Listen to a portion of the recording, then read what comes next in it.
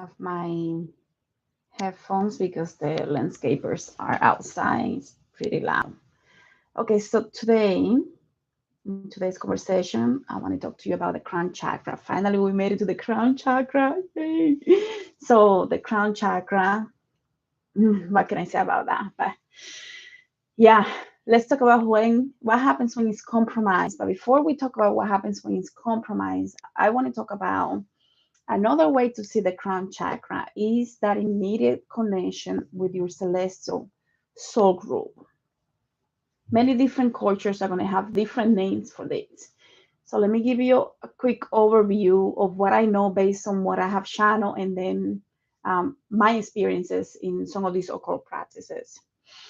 In Ifa is known as Ebek Orun. In Ebek Orun is Ekbe, a group of entities, group of people, and Orun, heaven. So Ebek Orun is a representation of the celestial spiritual forces that we can also be aligned and in tune with. In sunset, some people might know it as comisiones, group of spirits that work with us, that are claiming us. In, for example, like the Madama Commission, right? In 21 divisions, we call it divisions. So the divisions are going to have different luaces, but a lot of people don't realize that under those luaces, there are a lot of spirits that work in those divisions. And it's not just the luaces, there are spirits that are working towards becoming luaces, so that they are doing a lot of work under certain lua leaders, right? If we want to call it like that, so that you can understand what I'm saying. So, for example, in other spiritual practices, one that I work with that most people don't know, we have different names for the same thing, and it is represented in the way that we come with the different astral forces and all of that. So there are these celestial groups that are aligned, are in tune, and can support us with our mission here, depending on the life mission, the purpose, and the incarnation cycle that we come to fulfill for these and many other lives. So today, when we talk about the crown chakra, I want you to keep in mind that we're talking about an alignment. Like when this chakra is properly balanced and aligned and activated, you will notice a huge amount of access to different groups that are working with you. This group that is celestial, spiritual beings that are working with you to assist you in whatever that it is that you have to come and do here. So let me I wanted to start with that because I think a lot of people that don't know anything about Eve or 21 divisions are going to be like, what is she talking about? So understanding the different terms that I use is key so that you can follow the conversation. So again, Ebek Orun is the spiritual group of celestial beings that are companion, and there are ceremonies that can be done to align you with those celestial beings so that you could fulfill your mission here. In 21 divisions, when we do the different baptism and ceremonies, that's what we're doing. We are aligning our crown, who we are, with those forces that work with us, that accept us, and that have a mission to fulfill with us. Same thing happens in Sanse and all different spiritual practices throughout the whole planet, right? We might call it different things, but essentially that's what we're doing. We're aligning who we are, our crown. Our crown is the inner that consciousness that connects us to the divine, to everything else, the unknown. So when we have this crown activated, we are really walking in our power, our life mission, our purpose for this life and the life cycle, the incarnation cycle that we come to fulfill. So I think those are the terms that I wanted to make sure that you understand. Uh, Let me give you another example. Like 21 divisions, in 21 divisions, there are spirits like the Soleil division. The Soleil division, a lot of people think it's just a few spirits that are loases that are there, but under the Soleil division, there are many different energies, entities, spirits that are working in that division. And when you tap into that energy and they come and welcome you, and you are going into trance or dreams and having experiences with them, they're going to teach you a lot of things that is going to blow your mind. So you might feel a very like an attraction, an affinity to a certain division or a certain um, even if you want to see it this way, a certain element that is representative of that division or those spirits, and they're going to have a specific mission with you. I'm trying to use words that you can understand me. So again, the another way to see the celestial spiritual beings, when they work with us, when they come and really we feel that alignment, we are going to have like we're going to have a drive, like I know I have to do this and this is my purpose. Like you have one of those dreams or trances where you are being revealed your purpose. There is no doubt, there is no questioning, there is no fear. You know you're going to get it done somehow. It's just like that drive that pushes you to do something that you maybe at one point didn't even consider it was possible, because you feel that drive, that like an urge to do what you came here to do. And a lot of the healers are going to have that drive to help heal others, because that's the main goal for this life. So when you have those dreams or those trances experiences where you know, that's most of the time the different celestial groups of beings that are coming, that are assigned to you. I call them the soul family or cosmic family, because that's what they are. They're celestial spiritual beings, celestial spiritual forces that walk with you, that come and are assigned to you depending on your mission. So when this crown is not in alignment, when it's compromised, there is a lot of things that can go down. And we're going to go through a quick list, because this is going to be a quick conversation today. I think the most important part of this conversation is understanding that it's not just one entity, it's not just one spirit, it's not just one Lua. Yes, it can be one or two that you're most attracted to, but they are a group of different energies that are going to come throughout your life, different stages in your life for different reasons. And a lot of the time, that's going to have to do depending on your path here. So, someone may have a very strong attraction to the white table division, and some other are going to have a very powerful, like they just, my goodness, when they tap into the Gede division, and they're really like that energy just makes them feel like, wow, I'm unstoppable. That's most of the time because we have an affinity towards the energies that have a lot of, they just have a lot to give us, like a lot understanding, knowledge, wisdom, experiences. And when that happens, you feel like, oh my God, what else? What else can be possible? Because it's just it's such an energy that amplifies everything, and you can feel like you're becoming part of everything and anything and everyone. And it's at that moment when you're receiving those spirits, in my case loases, that are coming forward with a specific mission to teach me something or to help me understand something in a different way. And when they come, that energy, there is an energy for a specific type of lua, another energy for another, but there are some energies that when they come, you're like, oh Jesus, this is the most beautiful thing ever.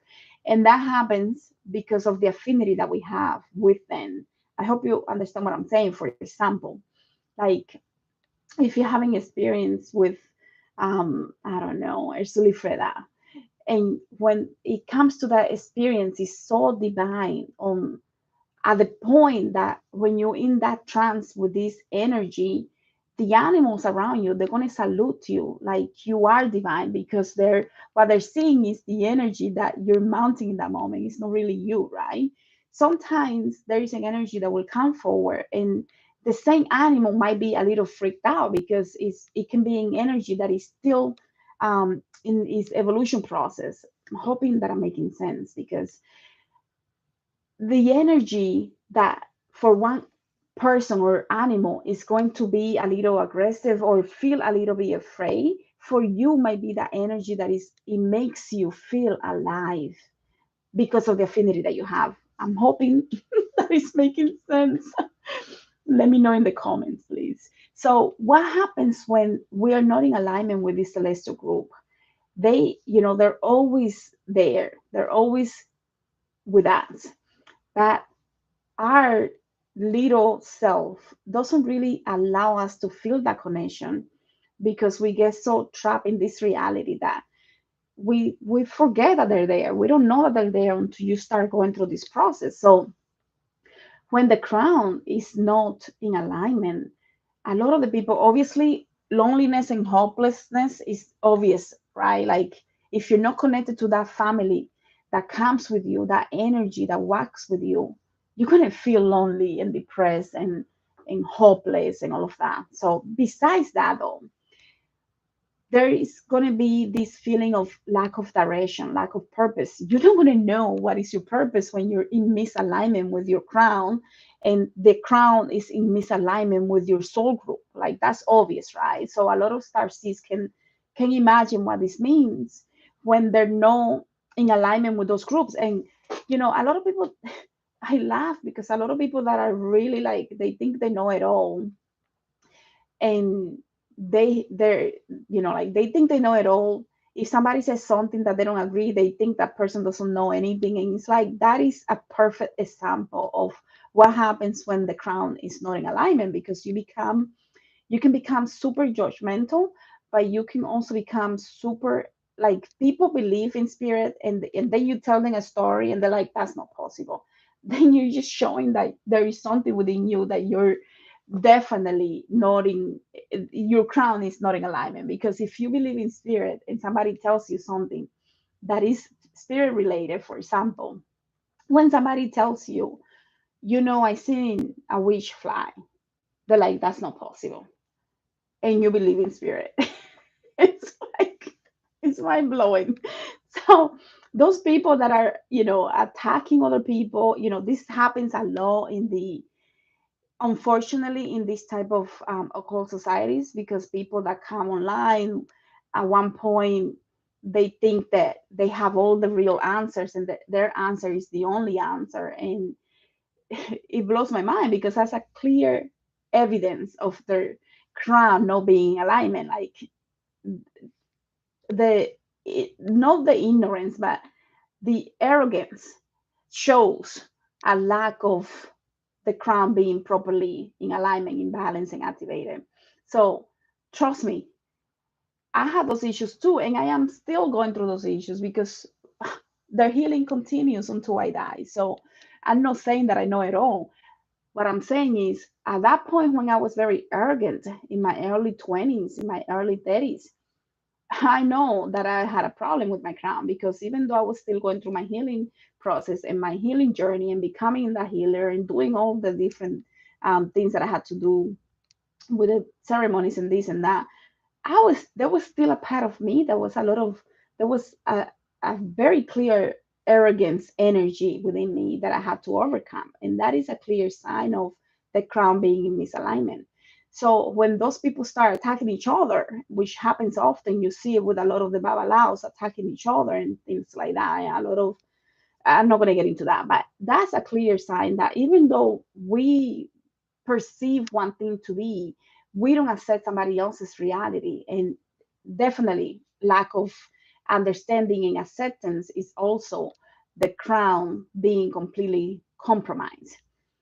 I had a client, she came because she felt like there was no direction in her life. There was no clear, like she couldn't make decisions, very indecisive, couldn't keep a job.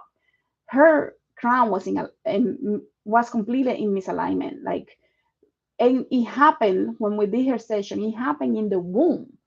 That's where the misalignment in the crown started from the beginning, before she was even born. So these issues are they have a direct impact on the physical here now. People that have a crown that is not in alignment are going to have issues with sleeping. They're going to have obviously issues with being in the dark, because the moment that they get in the dark, because they're not in alignment with their celestial group, a lot of other things are going to start attacking them. And a lot of other things are going to be attracted to their light. Doesn't mean that it's shining bright. It just means that there is a lot of light there. And when those energies see the light, they're automatically attracted to them.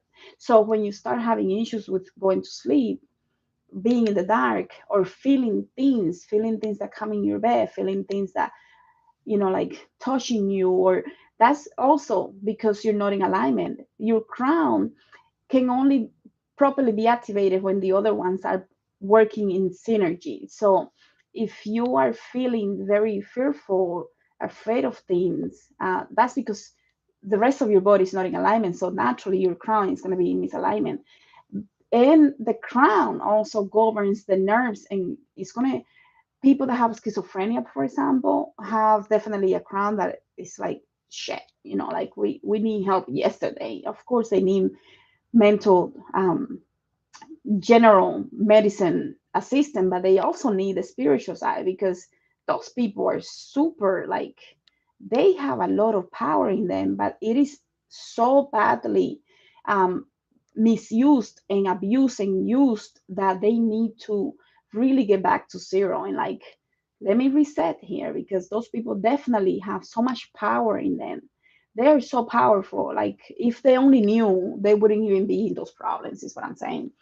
So learning disabilities is another one. And sometimes that happens when the person is in the womb too, or even before. I had clients that have issues even before they got to the womb, in between. And that was part of their lesson, to learn how things from the moment that they decide to incarnate, it goes through that filter until they make it to the womb.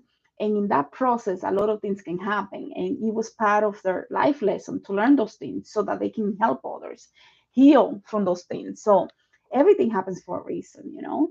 Obviously, the crown, if it's not in alignment, you're going to have a lot of traumas, a lot of spiritual fears, a lot of spiritual doubts, a lot of, one thing that is coming to mind right now is like these people that have a compromised crown, they are going to have two issues when it comes to spirituality and they start in this journey. One, they're going to be either be very submissive to their elders to the point that they're going to follow everything to the T. Like, I cannot deviate because I don't know what happens if I deviate.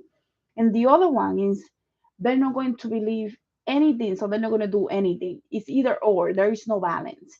So the people that are very submissive, the only problem with that is that a lot of people take advantage of them because they know that they're easy to manipulate. They're easy, spiritually speaking, they're easy to manipulate because they will follow everything that they are told, to the point where they may stay in situations that they don't want to, just because it says A, B, and C, and this is what you have to do, and that is what the elders are saying. So the spiritual fears and traumas definitely something that needs to be addressed. Um, if the crown is compromised, you might also feel broken, and you have no idea why. You just feel like nothing is working. Like, no matter what I do, how I do it, nothing is working. And that may be because of the crown chakra being compromised, whether it is in this life or other lives. And it's not an easy feeling, because you're like, oh, so how do I face me feeling broken when I don't even know where to start? Well, that's why you need someone that knows how to do this, because whether you do it through ceremonies, or whether you do it through something like I do, or whether you do it with other healing modalities, um, putting your being your allowing yourself to be vulnerable enough to communicate with whoever is helping you why you're feeling is going to be key to the healing process, to resolve that feeling of feeling like something is broken within me, and I don't know, and sometimes because there is no that connection to the cosmic soul group. One of the biggest things that I noticed with a lot of my clients, and I went through this as well, is feeling detached from this reality, feeling like you can almost zoom out, and everything is just like flat. And that's when you're really going through a process of like, oh shit, like I am disconnected, I am detached, I don't want to feel, I don't even belong. The, I don't belong here. Take me out. And that is a clear sign that the not only the lower but the crown is disconnected. So you want to be able to really get in touch with your feelings again. And the feelings is the key to help with the disconnection, with the detachment. So I think I'm gonna leave it here. When like again, the the crown is gonna be that energy that is gonna make you feel present, connected, happy. But the enlightenment part that comes from it is not about like, oh, I'm a guru. It's more like I am here, I am present, but I am connected, and I can be everywhere all at the same time. And being here at this moment is perfect. And when we get to that point, it's like liberating, because we're not seeking just to check out. We're seeking to be more of what we are here now and become a true manifester. And a lot of people get that wrong. We think it's just about going to other places. Yeah, when I go to those places, there has to be a reason for going there. And what does it mean for me here now is the key. Like, it's not about doing astral traveling, time traveling, remote viewing, I don't know, whatever you're doing. It's about why are you doing that for here now? Like, the here now is the most important part of the crown chakra. Being here now, present, happy, content, and connected is the key. So I think I'm going to leave it here, and I'll see you guys on the next one. Thank you so much for being here. See you guys.